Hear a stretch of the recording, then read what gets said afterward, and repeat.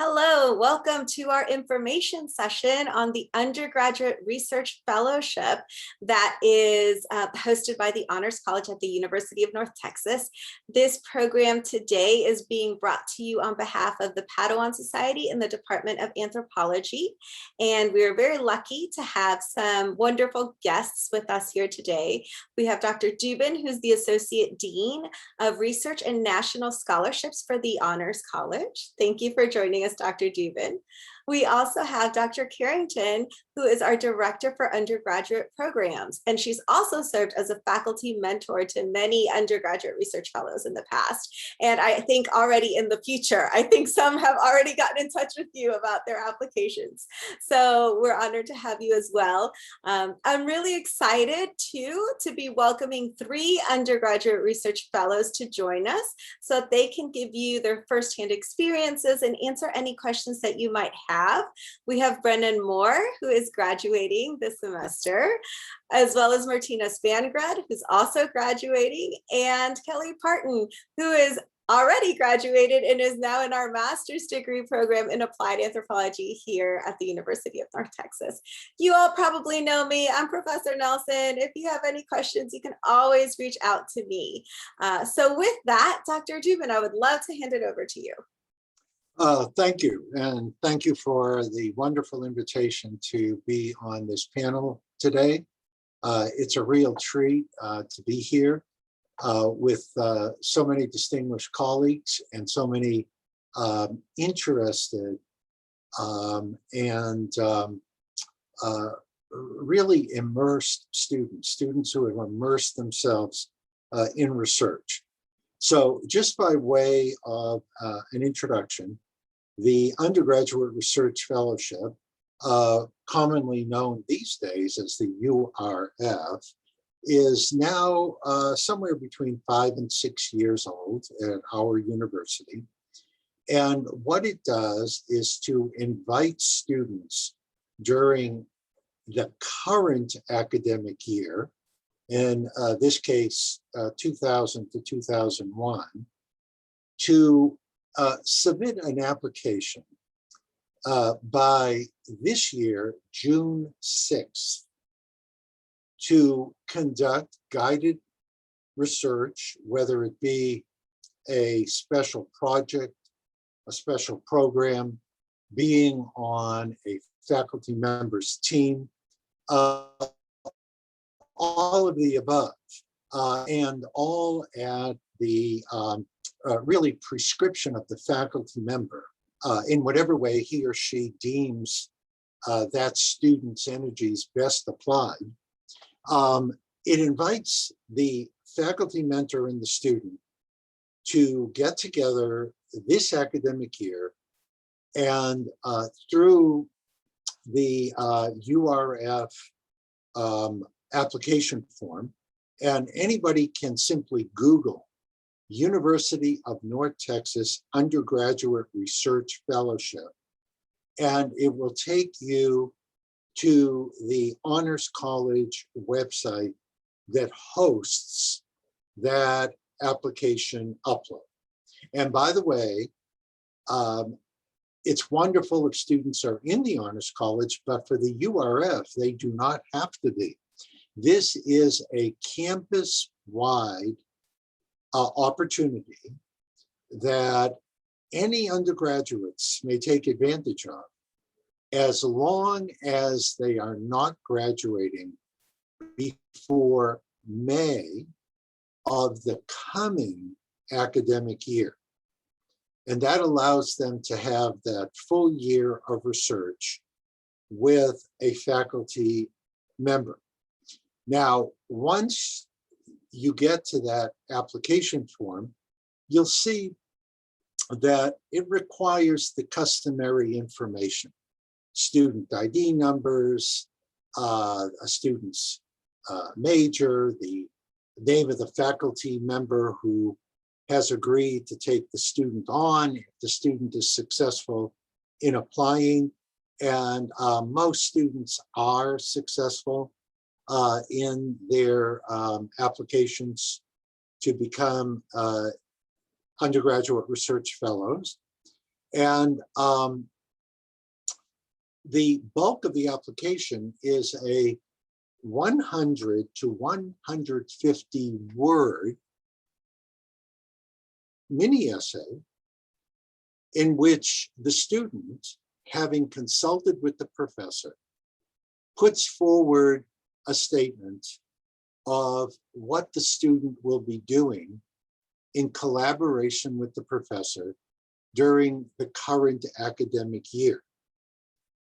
So the bulk of preparation really goes into a student's conferring with the faculty member about what that student might do in the coming academic year. Now, all of this is outside of regular classroom participation, and the forms of participation can vary. For example, my colleagues in the physical sciences will quite frequently, because they have a broad research project underway, take students into a lab. And the students will work on the professor's project, but hopefully displaying in the course of a year their own initiative, and being able to, when appropriate, and it's always the professor's call, be named if they have made significant contributions over the course of a year. It's not uncommon for some students to become co-authors if the professor wishes it. In the humanities, it's not uncommon for a professor to send students to the library. And this is your project. And visit my office once every 3 weeks, come up for air and let me know what you're doing. Let's see how it's going. In the social sciences, the URF most commonly occurs in a team setting. So as you know, a good number of professors in the social sciences have teams, and the URF candidate will work on that team and likewise be contributive. We also have students in the visual and performing arts, and they will undertake creative projects. And whether the student, this is across the campus, whether or not somebody's in the Honors College, we are organizing this event for the entire campus. And then at the end of the year, the student presents either a poster or a paper, otherwise called a PowerPoint presentation, at what we call Scholars Day. And Scholars Day is a week-long event that features the posters and the papers, paper panels, but the student submits usually either a poster or a paper. And it's a fantastic week of seeing just how far undergraduates can go in terms of becoming semi-professionals. And then after Scholars Day, assuming that the student has turned in either the poster or participated in a panel discussion, that is the quote unquote paper, the student wakes up and there's $500 more in the student's account than there was the day before. That is assuming they don't owe any money for traffic tickets, because then the computer goes, but that's where the fellowship itself comes in. And my final words at this time will be, but we know that this is about so much more. I mean, $500 is $500, and that is a welcome deposit. But we know that what this is about is a student's getting immersion in the professional methodology of the mentor. years before that might otherwise occur. And it's about the possibilities that that opens up, the opportunities for the future. And I'll stop there and see how the session is going, and if called upon, more than willingly contribute more. But that's my introduction. Thank you so much, Dr. Dubin. It's so interesting to me to hear how the different departments take this opportunity on. A good number of our students in the Zoom today are actually students in our anthropological field methods course. And so that's something that we've been talking about for a while. In a minute, I'm gonna ask Dr. Carrington to tell us a little bit about what that looks like in anthropology. But before I do that, I also wanted to say that at least for anthropology, a good number of our fellows who go on to do this kind of research under this fellowship are actually end up doing original projects themselves. And so working very closely with their faculty mentors. So what we try and do in the department is we actually sign you up for a special problems course with your faculty mentor. So then it's also possible for you to earn 3 credit hours of advanced level anthropology course while you're doing this as well. So you get the experience, the opportunity, the money, the preparation, and also credit hours. It's a great, great thing to be thinking about if you are a junior and you've almost exhausted all of your requirements for your anthro degree plan, or even if you're younger and you just wanna, educate yourself on this a little bit more so that when you do, get that opportunity to take classes that you want and do the research that you want, that this is there for you. So Dr. Carrington, would you like to tell us a little bit more about what a research fellowship can look like in anthropology? Absolutely. And thank you, Professor Nelson, for organizing this, and Dr. Dubin for taking time out of your day to come and talk with us. So I think, as Dr. Dubin was pointing out, right, it kind of depends a little bit on what your interest is and what the faculty member that you'll be wanting to work with, what their interests are and what they're doing. And anthropology especially will, in my experience anyway, it usually is a student's kind of, as Professor Nelson was saying, is kind of the student's interest that guides the research project, and that I collaborate with the student on creating a kind of research project. And then we do a special topics course where you kind of use that course time to actually work on the project as well. So it kind of builds in time to your schedule kind of automatically there for you. And so, but the way that works, instead of kind of working under a project that I'm already working on, although I have done that kind of once, the rest of them really have been their own projects. And so kind of whatever you're interested in, if you're like, I really want to know more about X, Y, or Z, right? And then finding a faculty person that either you think kind of knows a little bit about that area, or that you just have a really strong connection with, right? Because, for instance, some people might, well, we're all applied anthropologists, right, in our department. And so we're all able to speak to some extent about methods and ideas. But there are some projects that have come my way that are kind of outside my topical expertise, but that I'm super excited and happy to help students work on and help them to find the literature and the things that can speak to that project. And so usually, in my experience, for the first semester, we're doing a lot of work on kind of building that literature review, doing some readings that kind of help you get to think about the project. And then you start to actually kind of design and carry out your project, and then do the presentation at the end. I have 2 people on this call that have done projects with me as a URF student, Martina and Kelly both. Kelly did a paper, and so wrote the paper and did the paper presentation. Martina did a poster, and so they can both kind of speak to those different experiences a little bit. But it really is kind of whatever makes most sense for you, right? And how is it best for you to convey that information that you found?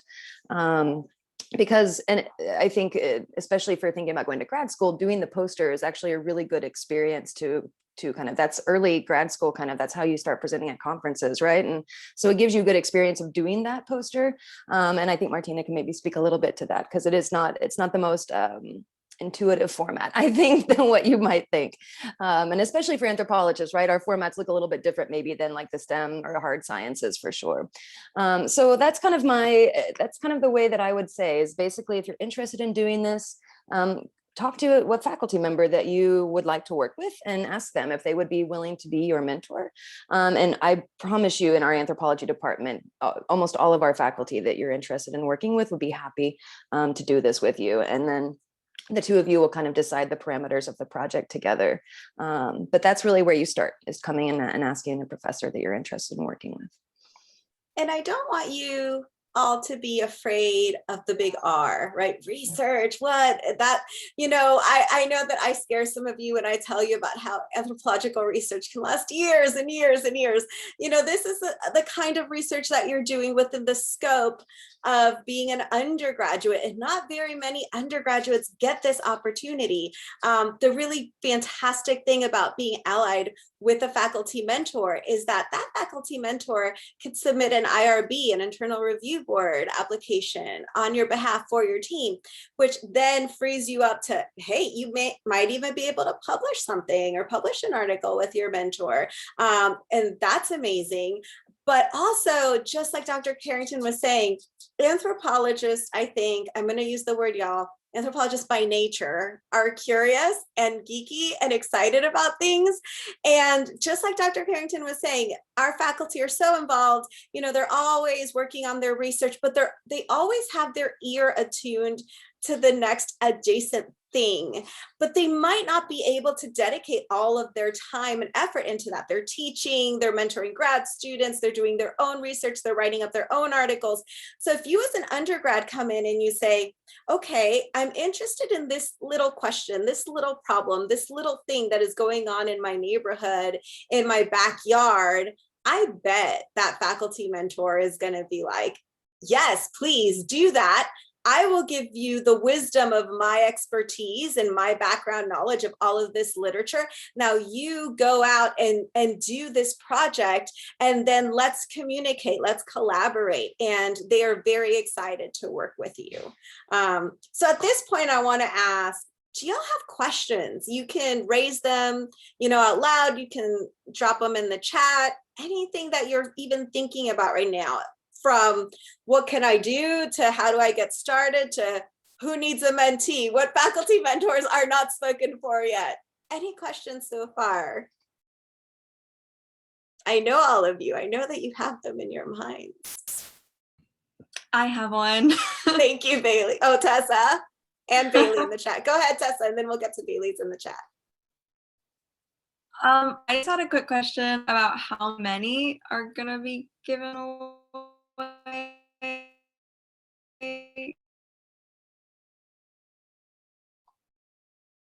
So Dr. Dubin, Several, No, go ahead. I was just going to say my screen froze for a second, but I think this is a question that you could help us answer. Tessa was interested in, the number of URFs that are awarded. Okay. We wait every year to see what our budgets can afford, but we usually have a very generous number of URFs. And for the past several years, we have been able to award those fellowships to almost every student who applied, because the fellowships are pre-screened by the faculty members who work with the students in order to put forward a sound proposal for the coming year. Now, we realize that, and anybody doing research will tell you that when one conducts research, surprises occur. And those surprises can cause detours that can last anywhere from a week to 2 years. But if we see that the student and the professor have worked on a reasonable proposal, and we gather all those proposals and we send them back to the colleges, and usually 2 associate deans within each college read the proposal, and it's either thumbs up or thumbs down. It's almost always thumbs up because of the way we've structured the application process. associate deans have confidence in their faculty. And if the faculty member approves in advance this line of research, so what I can tell you is, because one never knows under in a world of limited resources how many will be available to the exact count. But in the past years, I cannot recall a year where we were not able to fund just about every application that came our way. And so I'm hoping that that will be the same this year, though we can't make any promises until we actually have the dollar figures in front of us. But just going on past experience, it's looking pretty good. Thank you so much for that. That's wonderful to hear. In fact, Tessa, the only people that I've ever known from anthropology that have not been awarded an undergraduate research fellowship were those that didn't apply because they missed the deadline. So that's why this is so important, and you're already taking the most important step, which is informing yourself about the application process and making sure that you put that date, June 6th, into your calendar and know that that is the absolute deadline to get that application in. In our chat, Bailey asked us, what if we don't really have any ideas, but want research experience? And I would love for Dr. Carrington to speak to that. And then maybe afterwards, I wanted to ask the panelists if you all could give us a little bit of insight as to, did you have a project in mind, or did you want to work with a faculty member and then talk with that faculty member about your project? So tell us a little bit about your origin story. I mean, I'm really curious to find out as well. But Dr. Carrington, what would your advice be about that? I think, well, that's really a good question, Bailey. And I think wanting research experience is really important. So maybe I would consider kind of going back to some of your courses and thinking about like things that were really interesting to you, or courses that really grabbed your attention, or something that you kind of had a question about that was like, oh, maybe I could look at this a little bit more, or something that you read that maybe was really interesting and you want to explore that a little bit further. This is the opportunity for you to kind of dig in deep to something. And so I think kind of reflecting back on yourself, like, what is it? What would I want to know more about? Right. And then kind of letting that guide you a little bit, I think is a really good way to start. And I'm interested actually to hear from the panelists kind of how they kind of came around to it as well. So that might also help, Bailey, kind of give you some sense for how people have come around to their own projects. Kelly, you want to start?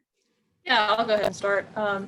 Okay, so we already mentioned this, Dr. Carrington was my faculty mentor, and the way that I came to my idea about my research project was actually through exposure to theory in one of my upper level anthropology classes. I am kind of a fangirl of Foucault, and I had some prior knowledge of this program that operates within prisons, that is a substance abuse treatment program. And one day I just kind of had this like, I should apply Foucault to this thing that's going on at this place. And then, so basically I just reached out to Dr. Carrington, and then we together kind of came up with a research question. And then I bounced kind of my research question and my proposed methods, which were, they were actually done all from my computer. So it wasn't very intensive at all. Bounced that off of some other people, and I had a couple of other professors take a look at my research proposal. We submitted it, and then we were on our way. It was kind of serendipitous, but some advice that I was given by another undergraduate researcher was that almost everything could use more research. So if there's something that's interesting to you and you just want to like take a look at it in a different way, it doesn't need to be something that's like, that's like groundbreaking, right? Like you can, the experience is useful, and you can always provide a fresh perspective on it.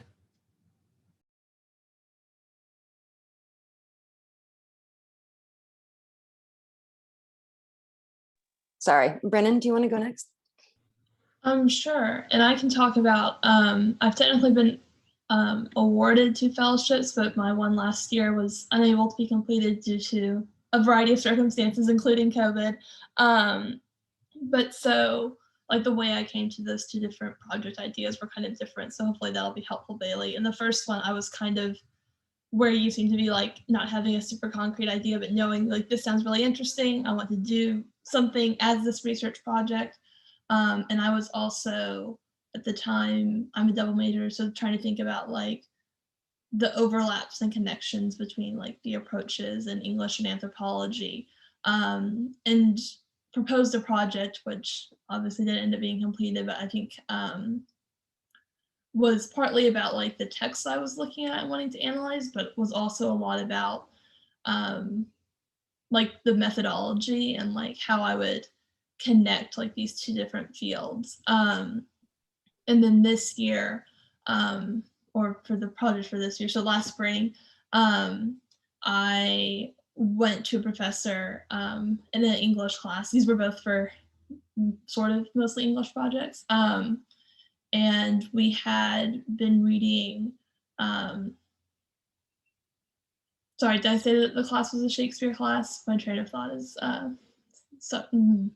but it was a class on Shakespeare, and we've been reading a couple of plays where there was just some scenes that I found super fascinating, from almost an anthropological perspective. So again, there's that connection, and was just like, this is really weird and really interesting, and I want to like read more about this, what's been written about this. And I wasn't able to work on that as like my midterm or my final project. So I went to the professor, I was like, hey, I want to like read more about this and write about this. Like, how should I go about like working on this proposal?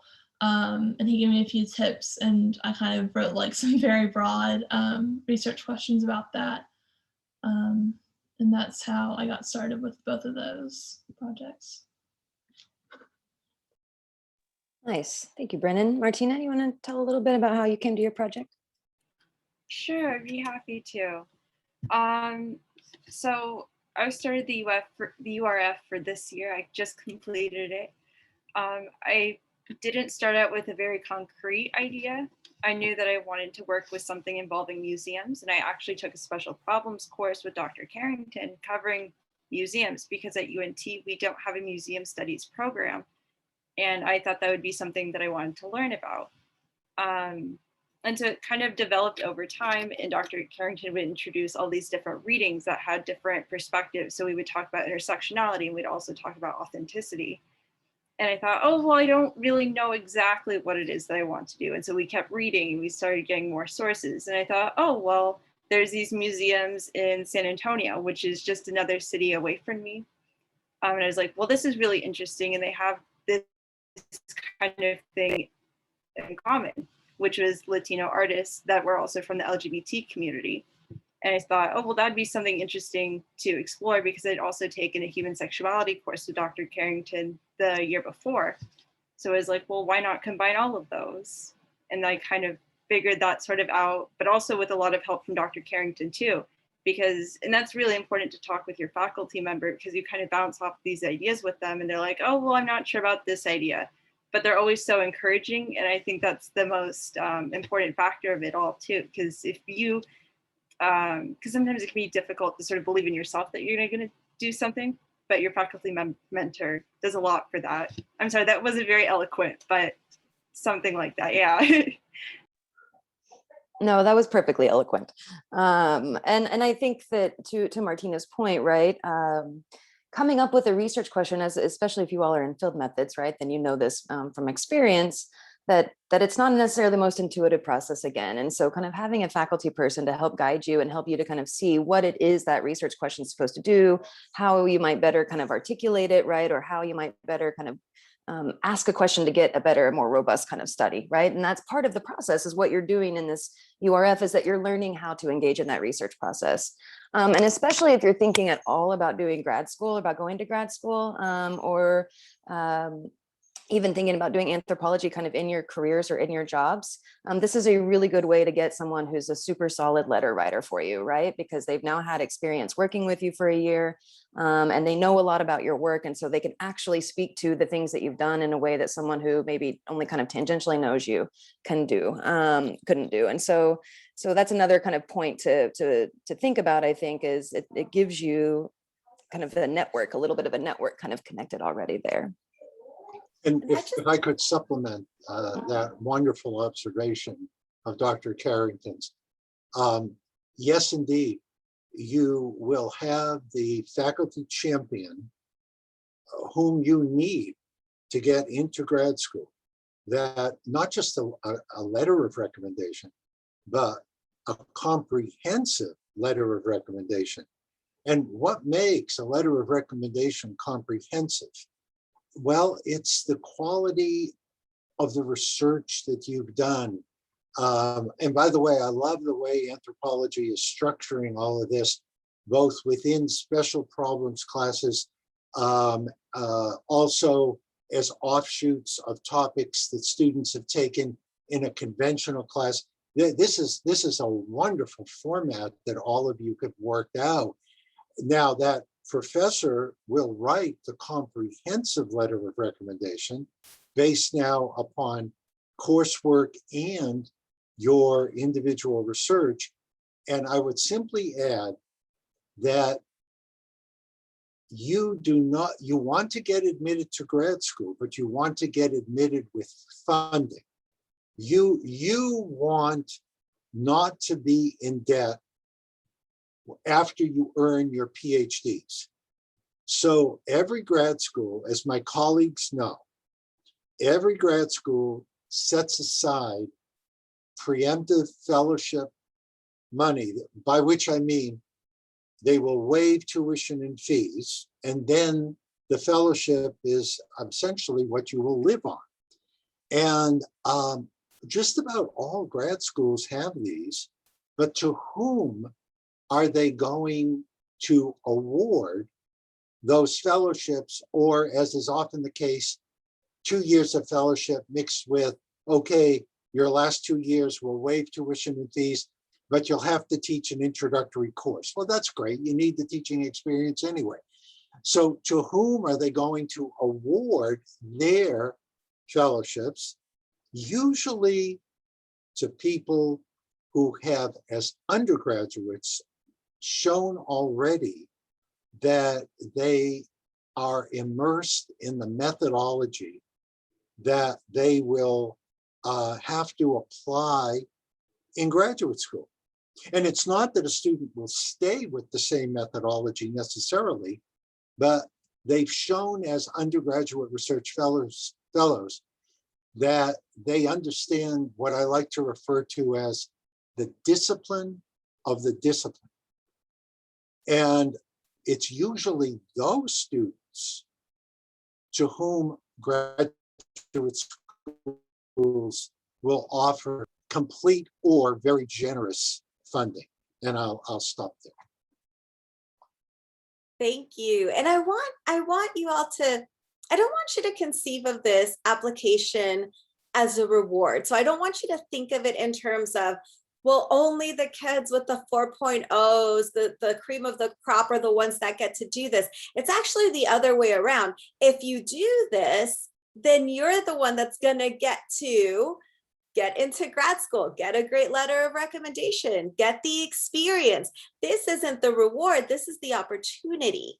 So if you have something that caught your ear or your eye in a class, in a course, like Dr. Carrington said, and you want to learn more about it, or if there was ever something or discussion that you had in one of your anthro classes that you're thinking to yourself, wow, I wish we could have, talked about that for another 2 weeks. Well, there you go. If there's something that you feel is lacking that you want to go throw yourself into, that's enough for you to start a conversation with a faculty mentor and explore it. It's not the research question, the research project that you're coming up with for this application isn't the kind of research question that you have to spend months and months and months researching as if you were a graduate student, right? That's a different kind of research question. So I don't want you to feel intimidated by the question or the topic or the research. This is supposed to be an opportunity for you to delve a little deeper, for you to have the chance to do instead of just read about others who have done. Any questions? Or I put in the chat as well, do any of you have ideas or just things that you would like to know more about or haven't heard enough about in your classes or anything like that. And I'm not putting you on the spot. I'm not saying, what do you want to do? How do you want to structure your application? I'm just asking about what interests you. Can you all drop something in the chat and tell me what interests? So Bailey says, yes, I intend to pursue a master's degree, but in what exactly? I don't know yet. Anthropology, obviously, but museum studies or LBGT studies also intrigue me. And that's, I mean, part of what we've been talking about here is that you have the opportunity to kind of merge interests, either from, you know, dual majors or something that perhaps UNT might not even offer as a major, but you want to pursue that with an anthropological lens. The beauty about anthropology is that we speak to everything. So you can filter us in any direction on any topic. What did you all say? What do you all think about that, fellows? I think that definitely, like, anthropology being in everything is obviously guided both of my projects. Like, they're both in English and like working on things that belong in English, like Shakespeare, but the things that have interested me are like issues around culture and like translation between cultures. So that's where I come into those connections. And Martina, you did some of your work on museum studies. Do you want to tell us a little bit about that? Because it sounds like Bailey's interested in that as well. And this is another great thing, everybody. We have student panelists here. It's not only furthering your questions and your research and faculty work, but talk to your peers, because maybe you can pick up where they left off, or maybe you can find another dimension to that same area. Museum studies is one of those great things that, you know, is so central to anthropology, and so many of you are interested in it. We don't necessarily teach classes in it. I know Dr. Johnson does teach stuff and things as the special topics, but Dr. Carrington and Dr. Johnson both have backgrounds in it. So also you might want to pursue things that you might not get a class in, but our faculty have a lot of expertise in as well. That's a really good point, I think, especially kind of thinking about like if there's an area of anthropology that you're really interested in, but we don't really offer a course on it, that right there is a perfect space to say, I want to do a URF, I want to jump into this topic, right? And then that builds in space for you to do some reading, kind of fill out your knowledge around that particular area. And yeah, I don't know, Martina, if you want to talk a little bit about what you ended up doing in your project for Bailey, since there's kind of seems to be some overlap a little bit there as well. Yeah, definitely. So one thing that was really interesting about my URF project is that I initially thought, oh, well, if we're talking about museum studies, clearly that just has to involve like cultural museums that have artifacts and stuff like that. And Dr. Carrington was saying, oh, well, no, it doesn't just have to be cultural heritage museums. It can be any kind of museum. And that's how I settled on art museums, because there's a lot to explore just right there. Because you have the different dynamics, you have even policing in museums, you have the different hierarchies in museums, and there's so many things that you can explore. I'm not sure if that helps at all, but that's kind of talking to the length that which anthropology is sort of in with. And if I could hop in on that thought, that as any undergraduate in this case, but this also goes for graduate students, of course, and then far beyond, that as we look at things from the different perspectives that you're describing, eventually we experience the thrill of contributing new knowledge to our fields of study.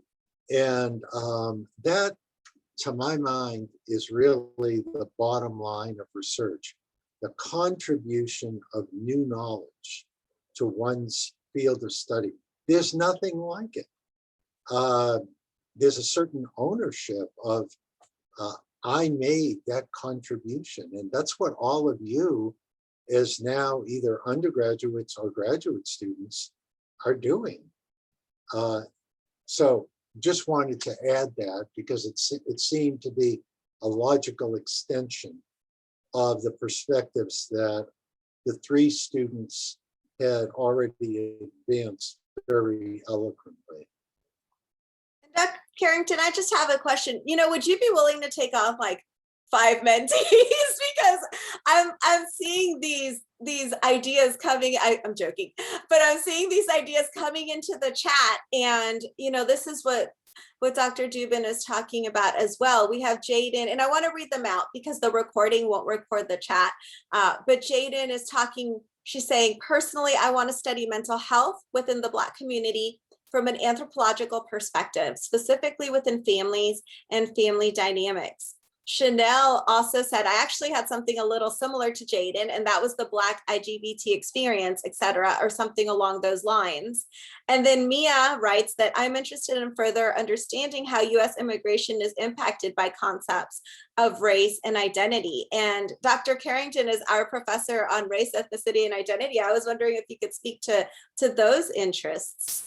Absolutely. Well, so Mia is actually doing the project with me next year. So, I will be the mentor for Mia for that project.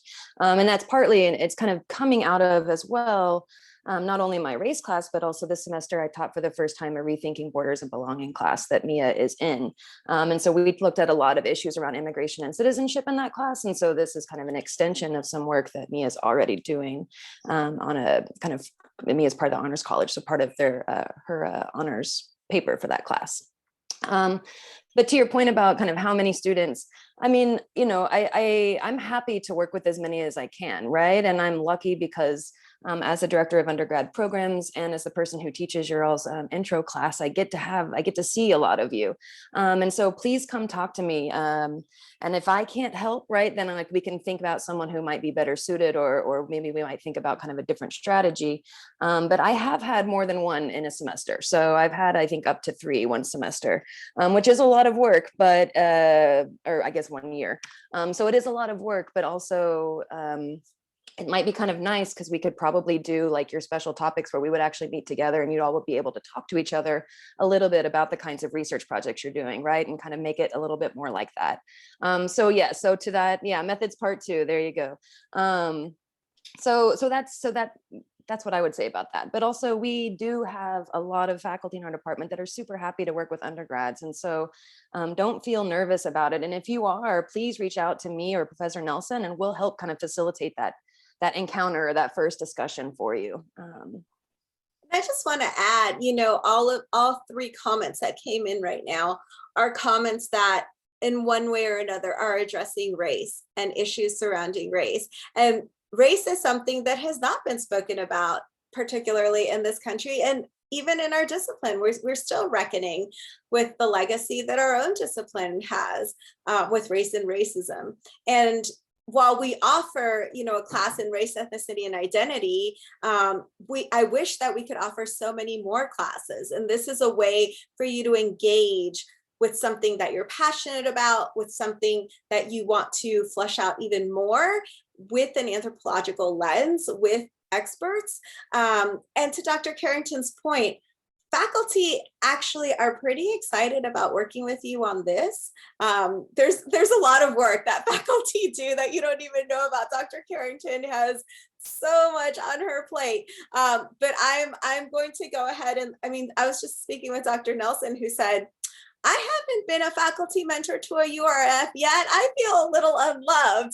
So, and I know that sentiment is not only his. There are plenty of faculty that would love to engage with you. I know that you see Dr. Carrington and Dr. Johnson a lot because you've taken the most classes with them, but there's also professors in our department that might not be teaching that many classes at the undergraduate level that would love the chance to engage with our undergraduates on research interests, and you'd be surprised. So like Dr. Carrington said, if you think you might want to do this, if you think that you might want to kind of, feel it out, but you're not sure, you don't know what to write on that email, get in touch with me. Y'all talk to me all the time, or Dr. Carrington, and we could even help you with a draft or something like that of that email. Martina says, Dr. Wren was a faculty mentor for the URF this year too. Yes, so you never know who, might be able to say yes to you. A lot of times it just really depends on how many commitments that faculty member has on their plate. So the sooner that you get in touch with them, the better. I love that the deadline for this is June 6th, because that is after grades are in. That is when faculty are having their little kind of breather moment before summer classes. And that's the time when you all can email them and start talking. And, faculty are going to want to talk about this. So how would you suggest, Dr. Carrington, if you're an undergraduate student, maybe you don't have, the strongest relationship with a faculty member, maybe you weren't in their class, but maybe you went to our website and read up on, the research background or the research interests of a certain faculty member, you think you really want to do this. How would you advise a student in that position to reach out to somebody? Good question. So yeah, I would advise you to email the faculty member, right? And well, so two ways. Either you can do it cold kind of on your own, or else you can ask Professor Nelson and I to kind of help facilitate that for you, which we, again, would be happy to do. But if you want to just kind of, reach out there and see if you can kind of get a response on your own, I think a good way to do that is to email, give a brief description of yourself and what you're kind of interested in. Like, you don't have to have a perfect research question, right? Just kind of like, generally speaking, I'm interested in, kind of like Jaden said, right? Like I'm interested in mental health within the Black community and thinking about families and family dynamics, right? I can imagine, for instance, you working with either of the doctors, Henry, for instance, on that, right? Because both of them do medical anthropology. And so kind of being able to briefly explain that and then say, could we please set up a Zoom call so that we can talk about this a little bit more, right? Because you don't want to write this whole long email that they're trying to, go through and do all of this. You're just trying to give them a brief idea. This is what I want from you. This is who I am. And can we please have a little conversation? And once you have that conversation, especially if it's over Zoom or in person, maybe in post-COVID times, that will also be that space that kind of facilitates that engagement from the faculty member as well. So that would be my recommendation, I think. Or again, I would email one of us and say, will you connect me with this person, or talk to the professor about me? Yeah. And maybe you have an idea or an area, like all these wonderful ideas that come through the chat, but you have no clue who to get in touch with. Well, that's what we're here for. You get in touch with us and we say, okay, Dr. Carrington just said right now, Dr. Lisa Henry or Dr. Doug Henry, there are two medical anthropologists. They would be great for this. Hey, why don't you email them and give them a shot? Because we also might know something about our colleagues that isn't on the webpage, or maybe new interests that our colleagues are working on that they're just they're really excited about it, but they haven't really, gone full in yet. But hey, a student who wants to do something like this would be great because they want to keep engaging in that conversation. So all you really have to have is that you have to want to do this. You have to have the desire to do this. That's it. That is the prerequisite for this. All of the other stuff falls into place. And that's what Dr. Carrington and I are here for, to help navigate you through the process. And like Dr. Dubin said, the odds are in your favor. It's basically UNT's way, the Honors College way, of giving our undergrads the chance to do something more and to do something outside of the classroom in a way that is accessible, that is supported. Because let me tell you, when I went and did research as a graduate student, there was no faculty mentor telling me, let's talk about this, and I'm going to hold your hand. It was, oh, this is a rite of passage. You go on and live or die, figure it out. And the fact that you can do this as an undergraduate gives you a taste of that in an atmosphere that is mentored, that is supportive. You get all of the excitement with very little of the anxiety of doing research. So this is really, it's a great opportunity. We have just a few minutes left. Are there any final questions? Maybe it's not even a question that you have, but we're recording this. So maybe somebody's watching this and you're thinking, I wonder, folks might be wondering about this. Can you all, put yourselves in somebody else's shoes and think about questions that other people watching this might also have. And I'm also extending this out to the panelists. Y'all are students. What other things do you think prospective students of the URF would have or would be thinking about? While people are deliberating, let me just follow up on your previous comment and say, we know what great pride UNT takes in being a Carnegie R1 university. And we know the benefits of R1 for the university, for faculty and grad students. The URF is one of the greatest expressions of what R1 means for undergraduates and all the opportunities that it opens for them.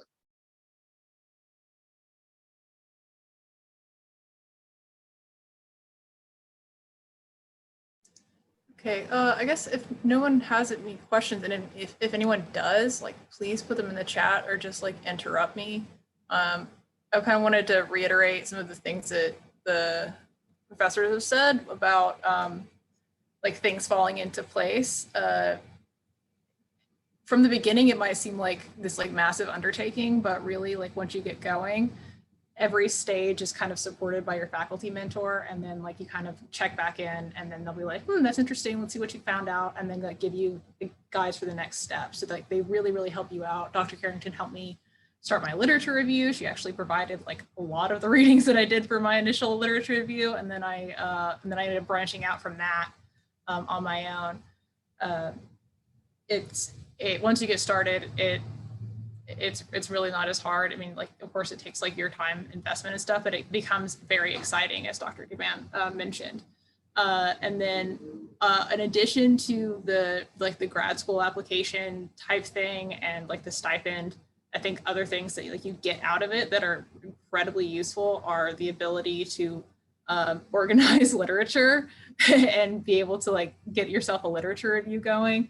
Also designing methods, and then starting to get acquainted with like your own data analysis, and you actually like kind of start learning about the way that you tend to do analysis like on a personal level. Like everyone has a certain style about how they they gather their data, they start thinking about something, then they start analyzing it, and then how they start organizing the eventual paper or poster that comes out of it. You start learning a lot more about yourself as a researcher. And it is also something you can put on your CV and your graduate school applications. It just shows that you have the ability to design a project, follow it through, and then deliver on it. And if you're anything like me, so I wasn't in the honors college. I transferred in, so I was too late to get into honors college. And I also worked quite a bit when I was in my undergraduate, so I didn't really have a whole lot of opportunities to do like extracurricular or other types of research projects. So this was like a really good opportunity for me to get something else to add to my application, and also just like prove my academic like worth beyond just like getting really good grades. Overall, I was really proud of it, and I really recommend anybody who's interested, if they want to ask me any questions, you can always email me. And then you also have these awesome resources here in the faculty. I wanted to say for things that people might be thinking about, or like answers to questions that haven't been asked. I think it's implicit in like what everyone's been saying, but whatever you propose to work on or go to a faculty member to ask about, even if you don't have a super clear idea, again, this seems so obvious, but I feel like it's important to say, like, make sure it's something that you know will hold your interest for a long time. Because I really enjoyed my project this year, but I don't want to be like an early modernist. I do not want to like go to grad school and study Shakespeare. So there were lots of moments along the way where I was like, oh God, I have to sit down and do this. And it was at the very end of the project where I realized, oh, like some of the themes in this actually connect to like a lot of other stuff that I'm interested in. And I'd like realized retrospectively what had drawn me to that topic. But I don't know, maybe that like disproves the point I was just trying to make. But make sure there's at least something on the surface or something at the core of your idea that you know is like going to continue to hold your interest long term. And like that might change, so you can't like there's not a foolproof way of doing that, but that I would say that's an important thing to think about. Thank you so much. In the last couple of minutes that we have with you today, first, I just want to thank all of our students, our panelists for being here. We know that you're starting or are in the middle of finals, and the fact that you're already here for this is a testament to your commitment. So I just wanted to ask Dr. Dubin and Dr. Carrington, would you all have some final words for our prospective fellows before we close the Zoom? Dr. Carrington, go ahead. Okay.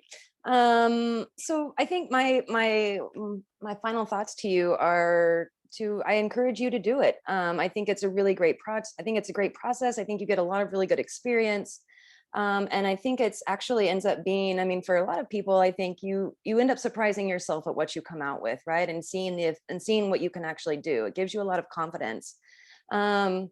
Also, my other kind of thought is reach out to us, please, like talk to us. And even if you just want to like, hey, I just want to like brainstorm some ideas, right? We're happy to do that, both Professor Nelson and I. So please feel free to do that. And let me follow up on that by picking up on the notion of surprise that Dr. Carrington just mentioned. Truly, one of the great things about conducting research, undergraduate, graduate student, faculty member, is that element of surprise and the delight that we all take in that. And that's where true ownership of a project begins. And let me just finally add that all the work you put into this will not only be a beginning for what can turn into a career, but along the way, if you write up, now of course you can present the poster or a paper, but we now have a revamped North Texas Journal of Undergraduate Research housed in the Honors College, but serving the entire campus where undergraduates can submit the written results of their research for publication in our newly titled journal. So the possibilities for intellectual growth and personal fulfillment are just enormous. And I just want to extend my appreciation to the Department of Anthropology and its generous professors and really ambitious students for championing research-based undergraduate education, for referring students to the Undergraduate Research Fellowship, and for just understanding as a unit how valuable a part of your education, undergraduate research, can be. So my appreciation to all. Thank you, Dr. Dubin. Thank you, everybody. It's been a pleasure.